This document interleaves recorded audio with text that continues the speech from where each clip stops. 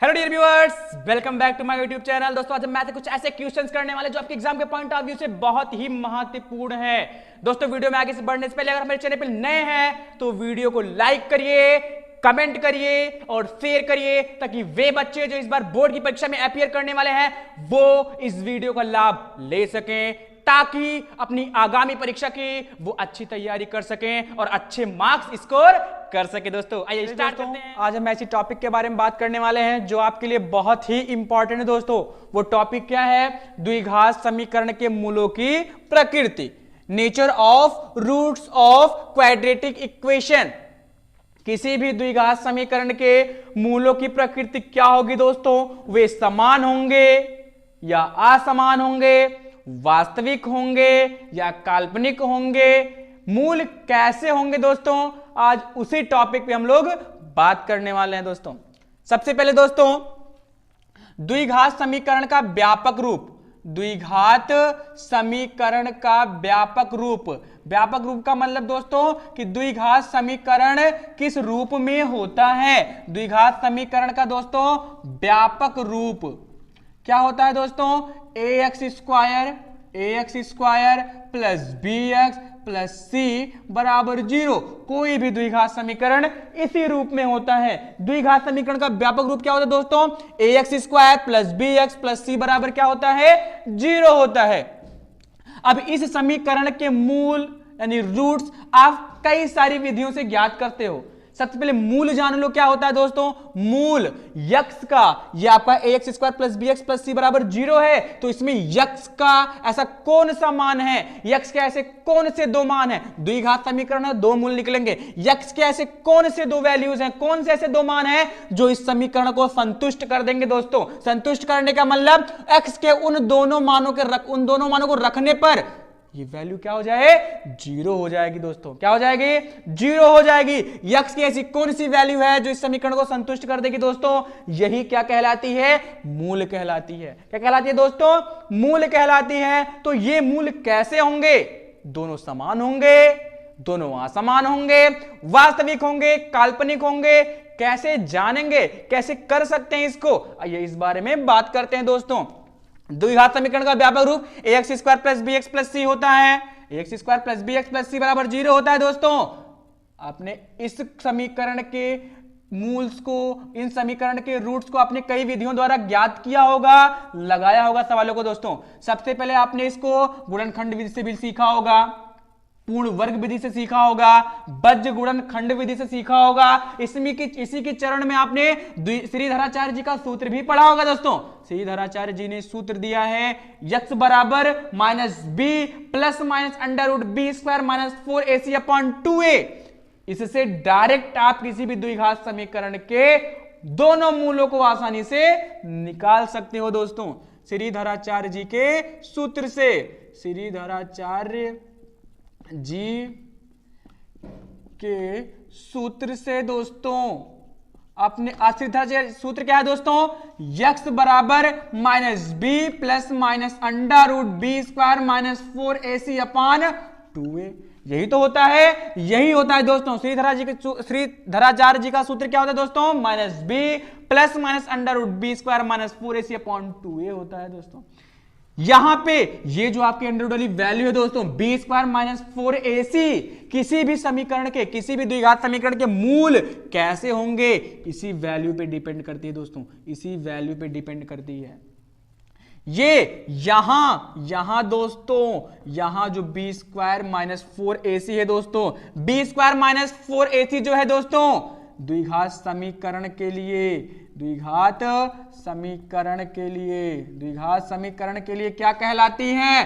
द्विघात समीकरण के लिए यह विविक्तिकर कहलाती है। दोस्तों क्या कहलाती है? विविक्तिकर कहलाती है। दोस्तों डिस्क्रिमिनेंट कहलाती है। दोस्तों विविक्तिकर कहलाती है।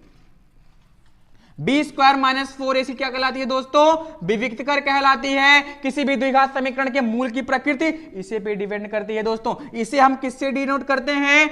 डी से। दोस्तों किससे डिनोट करते हैं? डी से डिनोट करते हैं। डी बराबर बी स्क्वायर माइनस 4ac द्विघात समीकरण का क्या होता है? विविक्तिकर होता है। दोस्तों इस पे डिपेंड कैसे करती है, समीकरण के मूल जो है इस पे डिपेंड कैसे करते हैं, आइए देखते हैं।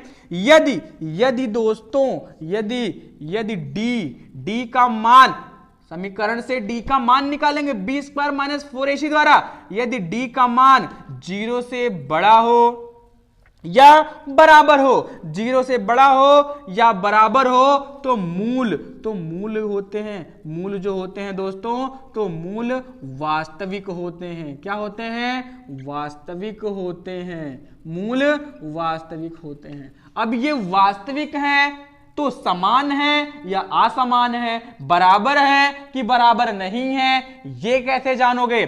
तो दोस्तों यदि डी का मान 0 से बड़ा है, यदि डी का मान 0 से बड़ा है दोस्तों, तो मूल जो होंगे वो वास्तविक तथा असमान होंगे, यानी कि बराबर नहीं होंगे दोस्तों, बराबर नहीं होंगे। ध्यान दीजिएगा, यदि डी का मान दोस्तों 0 से क्या है? 0 से बड़ा है। डी का मान 0 से क्या है दोस्तों? बड़ा है, तो मूल वास्तविक तथा असमान होंगे दोस्तों, मूल वास्तविक होंगे तथा असमान होंगे। आगे बढ़ते हैं। यदि डी का मान 0 के बराबर है दोस्तों, डी का मान 0 के बराबर है दोस्तों, तो जो मूल होंगे ये वास्तविक होंगे। क्या होंगे दोस्तों? वास्तविक तथा समान होंगे, अर्थात बराबर मूल होंगे। क्या होंगे दोस्तों? बराबर मूल होंगे। क्या होंगे? बराबर मूल होंगे। यदि डी का मान 0 के बड़ा या बराबर है, 0 से बड़ा या बराबर है, तो मूल वास्तविक होते हैं। क्या होते हैं? मूल वास्तविक होते हैं। अब वास्तविक में समान है या असमान है, आइए देखते हैं। यदि डी का मान केवल 0 से बड़ा है, डी का मान 0 से बड़ा है, तो मूल वास्तविक तथा असमान होते हैं, बराबर नहीं होते। लेकिन अगर डी का मान 0 के बराबर है, डी बराबर 0 है, तो मूल वास्तविक तथा समान होंगे, वास्तविक होंगे और दोनों बराबर होंगे। आई होप आपको समझ में आएगा दोस्तों। आइए आगे बढ़ते हैं दोस्तों। यदि डी का मान 0 से छोटा हो जाए दोस्तों, यदि डी का मान जो है दोस्तों 0 से छोटा हो जाए, तो क्या होगा? तब मूल क्या होंगे? तो मूल क्या होंगे दोस्तों? काल्पनिक होंगे। क्या होंगे दोस्तों? काल्पनिक होंगे। ध्यान दीजिएगा, यदि डी का मान 0 से छोटा हो गया, तो मूल क्या होंगे दोस्तों? काल्पनिक होंगे। आगे बढ़ते हैं दोस्तों, एक बार फिर रिवाइज कर लीजिए। द्विघात समीकरण का व्यापक रूप ax square plus B x plus C होता है दोस्तों। ax square plus B x plus सी बराबर 0 होता है दोस्तों।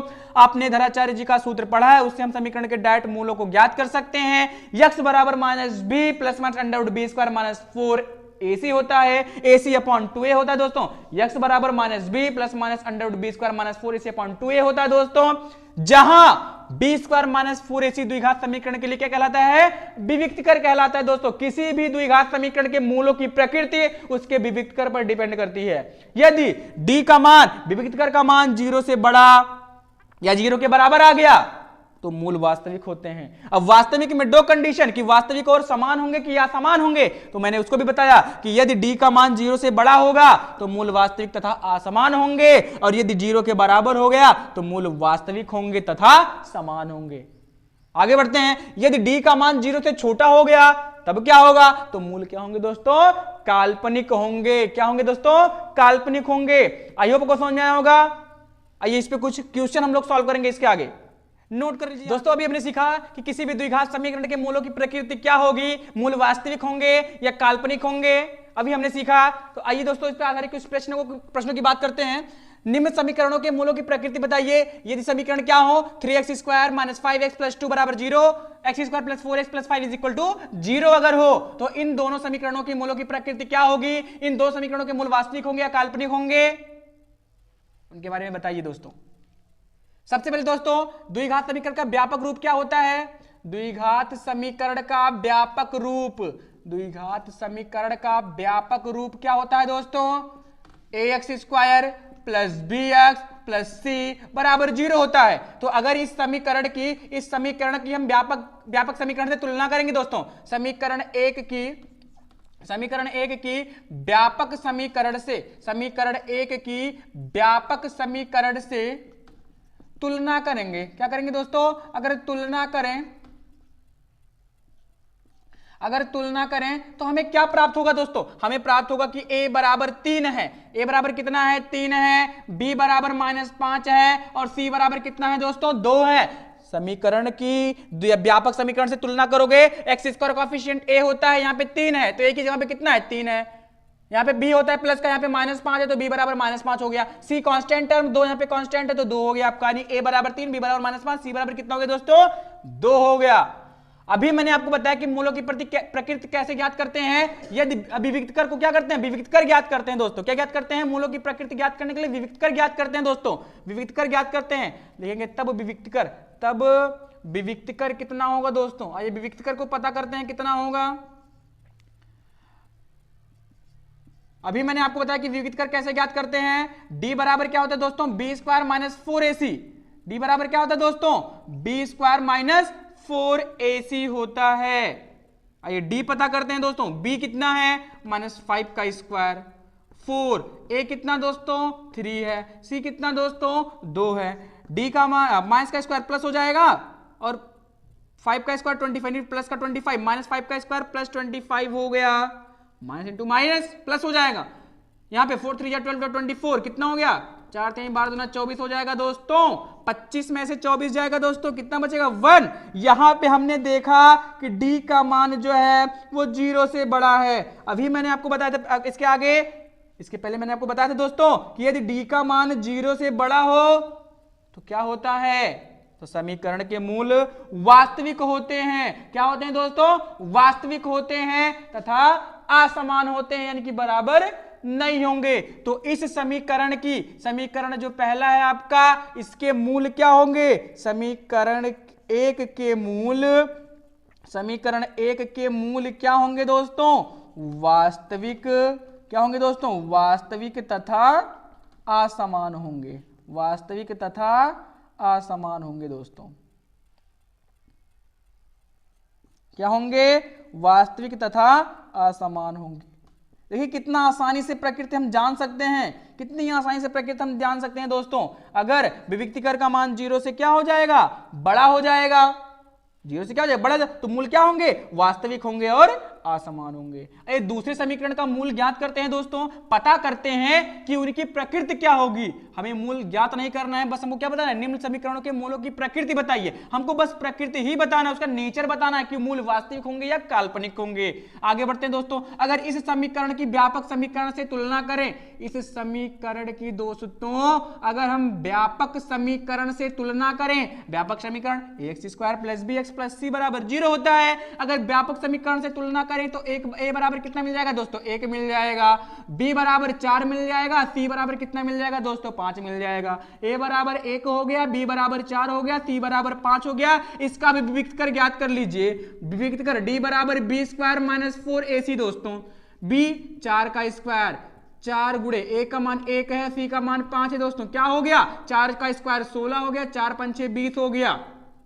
d की वैल्यू कितनी आ गई दोस्तों? d की वैल्यू आ गई -4। यहां पे हम क्या देख रहे हैं? यहां पे तो हम देख रहे हैं कि d का मान 0 से क्या है? छोटा है। d का -4 आया है, -4 आया है दोस्तों।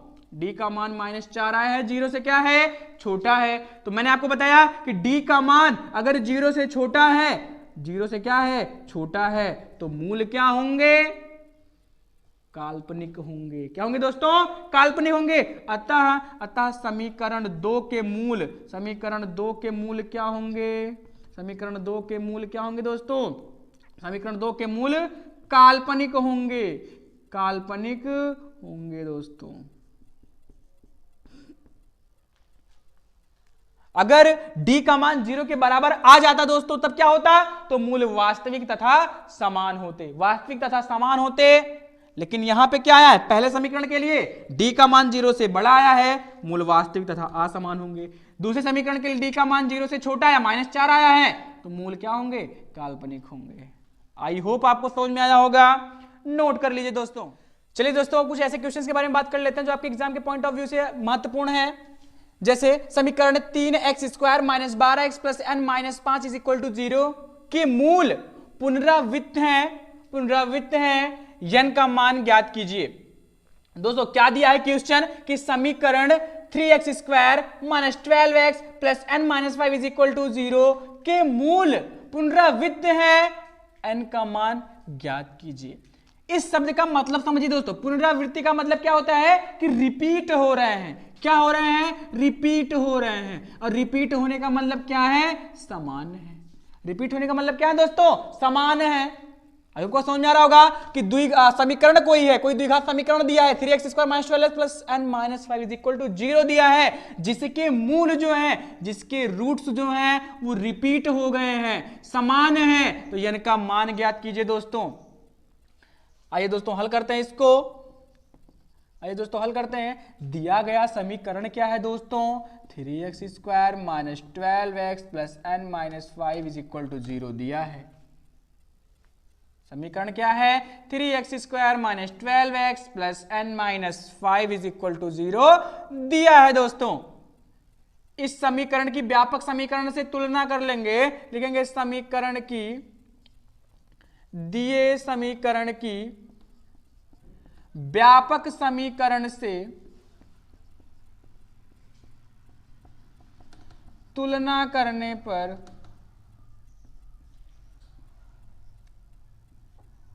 व्यापक समीकरण क्या होता है दोस्तों? ax² plus bx plus c। तो a बराबर कितना मिल जाएगा? 3। b बराबर कितना मिल जाएगा? -12। और c की जगह पे क्या मिल जाएगा? n minus 5। क्या मिल जाएगा दोस्तों? n minus 5। a 3 हो गया, b -12 हो गया, और c कितना हो जाएगा दोस्तों? n minus 5। क्योंकि द्विघात समीकरण का व्यापक रूप क्या होता है? ax² plus bx plus c बराबर 0 होता है दोस्तों। द्विघात समीकरण का व्यापक रूप ax² plus bx plus c बराबर क्या होता है दोस्तों? 0। ax² plus bx plus c बराबर 0 होता है दोस्तों समीकरण का व्यापक रूप। तुलना करोगे a बराबर 3 मिल जाएगा, b बराबर -12, c बराबर n माइनस 5 मिल जाएगा दोस्तों।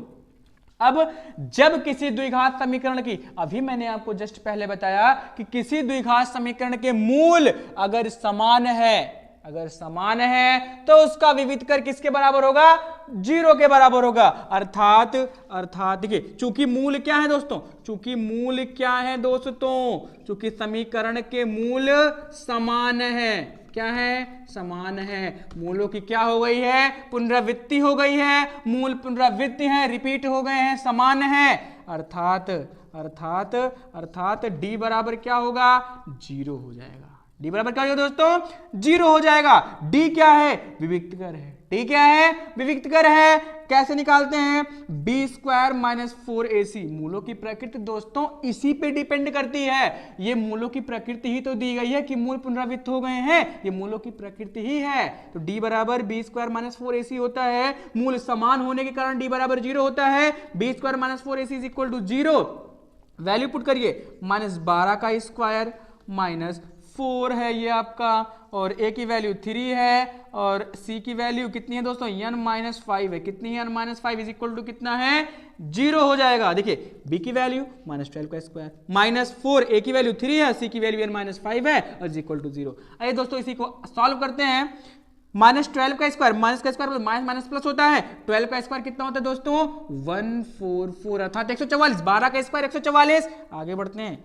-4 इंटू 3 प्लस 4 3 12, 4 3 12 हो गया। ब्रैकेट में n minus 5 is equal to 0 दोस्तों। ये पूरा माइनस में है, उधर जाएगा, प्लस में हो जाएगा। 144 इज इक्वल टू 12, ब्रैकेट में n माइनस 5।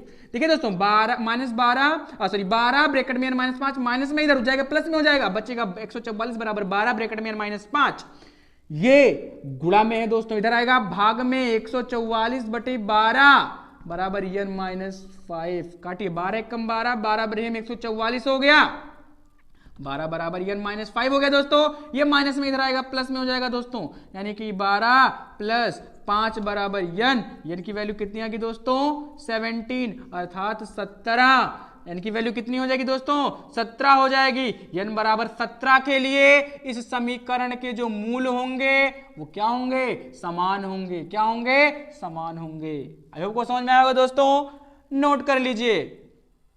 चलिए दोस्तों, मूलों की प्रकृति पर आधारित हमारा दूसरा प्रश्न है कि k का मान ज्ञात कीजिए जिसके लिए X square plus k bracket में 2x plus k minus 1 bracket close plus 2 is equal to 0 के मूल वास्तविक तथा समान है। दोस्तों आपको एक समीकरण दिया गया है X square plus k bracket में 2x plus k minus 1 bracket close plus 2 is equal to 0 के मूल वास्तविक तथा समान है। दोस्तों अभी हमने इसके पहले बात की कि किसी भी द्विघात समीकरण के मूल वास्तविक और समान कब होंगे, जब उसका विकर्ण कर क्या हो दोस्तों 0 के बराबर हो। जब किसी द्विघात समीकरण का विकर्ण कर 0 के बराबर होता है तो उस समीकरण के मूल वास्तविक और समान होते हैं। दोस्तों आइए देखते हैं, आइए हल करते हैं दोस्तों इसको। आपका दिया गया समीकरण क्या है, दिया गया समीकरण क्या है दोस्तों X square plus k bracket में 2x plus k minus 1 is equal 1 plus 2 is equal to 0। आपको दिया गया समीकरण क्या है दोस्तों X square plus k bracket में 2x plus k minus 1 plus 2 is equal to 0 है। इसके मूल वास्तविक और समान है। दोस्तों आइए अंदर गुणा करा लें k का, तो क्या मिलेगा आपको मिल जाएगा 2kx। क्या मिलेगा दोस्तों 2kx प्लस के स्क्वायर प्लस माइनस माइनस होता है दोस्तों, के का एक में करेंगे तो के हो जाएगा और प्लस 2 आपका सेम बच जाएगा ऐसे। देखिए दोस्तों एक्स स्क्वायर के का अंदर गुणा कराएंगे 2kx प्लस प्लस प्लस होता है के का के में के स्क्वायर हो गया प्लस माइनस माइनस के का एक में करेंगे के हो जाएगा, ये आपका 2 हो गया इक्वल टू 0 हो गया। अब दोस्तों ये आपको समीकरण मिल गया, आपका वास्तविक जो दिया है समीकरण ये आपका उसका वास्तविक रूप है। अब इस समीकरण की दोस्तों इस समीकरण की व्यापक समीकरण द्विघात समीकरण का व्यापक रूप क्या होता है दोस्तों, द्विघात समीकरण का व्यापक रूप क्या होता है दोस्तों ax square plus B x plus सी बराबर 0 से तुलना करने पर, क्या करने पर दोस्तों तुलना करने पर क्या मिलेगा आपको मिलेगा दोस्तों a बराबर 1 मिल जाएगा। तुलना कर रहा है ना एक्स स्क्वायर कोएफिशिएंट यहाँ पे a है, यहाँ पे 1 है तो a की वैल्यू कितनी हो गई 1 हो गई। b की वैल्यू दोस्तों जो x का कोएफिशिएंट 2k और c का वैल्यू कांस्टेंट टर्म दोस्तों ये पूरा आपका क्या है c है, यानी k स्क्वायर माइनस k प्लस 2 ये आपका क्या है c टर्म है। a के लिए a की वैल्यू 1 हो गई, b का 2k और c के लिए आपका k स्क्वायर माइनस k प्लस 2। आपको समझ आया दोस्तों। आइए तुलना करने के बाद हमको प्राप्त हो गया a बराबर 1 b बराबर 2 k c बराबर k स्क्वायर माइनस k प्लस 2 प्राप्त हो गया आपको। अब चूंकि किसी समीकरण ने कहा है कि इसके मूल जो हैं वास्तविक और समान है दोस्तों, चूंकि समीकरण के मूल वास्तविक समीकरण के मूल दोस्तों वास्तविक तथा समान है, वास्तविक तथा क्या है समान है। अतः क्या होगा दोस्तों वास्तविक तथा समान मूलों की प्रकृति किसी भी समीकरण के मूलों की प्रकृति वास्तविक और समान तभी होती है जब विविक्त कर क्या हो दोस्तों 0 हो। विविक्त कर क्या हो दोस्तों 0 के बराबर हो, d बराबर 0, d यानी कि विविक्त कर d बराबर b स्क्वायर माइनस 4ac बराबर 0 हो जाएगा। आइए देखते हैं दोस्तों b की वैल्यू 2k 2k इसका स्क्वायर हो जाएगा माइनस 4, a की वैल्यू 1 और c की वैल्यू दोस्तों k स्क्वायर minus k plus 2 is equal to 0 है दोस्तों। देखिए ध्यान से b की वैल्यू 2k का स्क्वायर हो गया माइनस 4, a की वैल्यू 1 हो गई, c की वैल्यू k स्क्वायर माइनस k प्लस 2 हो गया। आइए आगे बढ़ते हैं दोस्तों, 2k का स्क्वायर 4k स्क्वायर कितना हो जाएगा 4k स्क्वायर, 4 1 जा 4 हो गया, अंदर मल्टीप्लाई कर दीजिए माइनस प्लस माइनस हो जाएगा, अंदर करेंगे तो 4k स्क्वायर ये भी हो गया। आगे बढ़ते हैं 4 का k में करेंगे माइनस माइनस प्लस हो जाएगा दोस्तों, माइनस माइनस प्लस हो जाएगा यानी कि 4k कितना हो गया 4k माइनस प्लस माइनस 4 का 2 में करेंगे तो 4 2 जा कितना हो जाएगा माइनस का 8 बराबर 0 हो जाएगा। ध्यान दीजिएगा 4 1 जा 4 हो गया, ये 4 हो गया, 4 कम 4 का k स्क्वायर में तो 4k स्क्वायर लेकिन माइनस क्योंकि प्लस माइनस माइनस होता है minus 4k square minus minus plus होता है 4 का k में करेंगे तो 4k हो गया। माइनस प्लस माइनस 4 का 2 में करेंगे 4 दूनी 8 हो जाएगा। ये क्या हो जाएगा दोस्तों, cancel out, plus minus cancel out, same same values हैं। तो यहाँ पे 4k ये माइनस में इधर जाएगा प्लस में हो जाएगा दोस्तों, k इक्वल टू 8/4 हो जाएगा दोस्तों, मल्टीप्लाई में डिवाइड में 4 1 जा 4 4 2 जा 8 हो गया। k की वैल्यू कितनी आ गई दोस्तों, 2 आ गई। कितनी आ गई, 2 आ गई। कितनी आ गई, 2 आ गई। अर्थात k बराबर 2 के लिए, k बराबर 2 के लिए दिए गए समीकरण के मूल वास्तविक और समान होंगे। k बराबर 2 के लिए दिए गए समीकरण के मूल वास्तविक और समान होंगे दोस्तों। आई होप आपको समझ में आया होगा, नोट कर लीजिए।